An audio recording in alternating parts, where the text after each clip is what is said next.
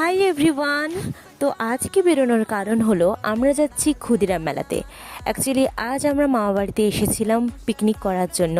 তো পিকনিক করার সময়ে আমরা ডিসাইড করে নিয়েছিলাম যে আমরা ক্ষুদিরাম মেলাতে যাব। তো দেরি না করে দুপুরের খাওয়া দাওয়া সেরে আমরা সবাই মিলে বেরিয়ে পড়েছিলাম মেলার উদ্দেশ্যে।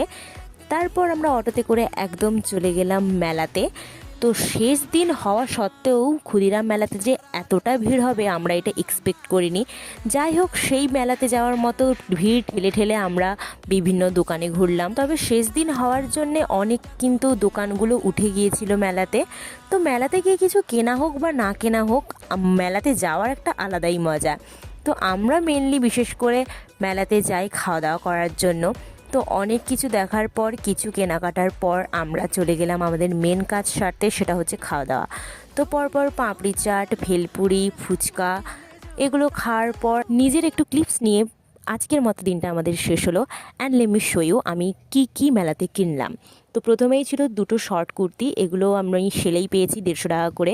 খুব সুন্দর কটন কুর্তি ছিল। আর দুটো টপ, এগুলো আমি নিয়েছি 50 টাকা করে।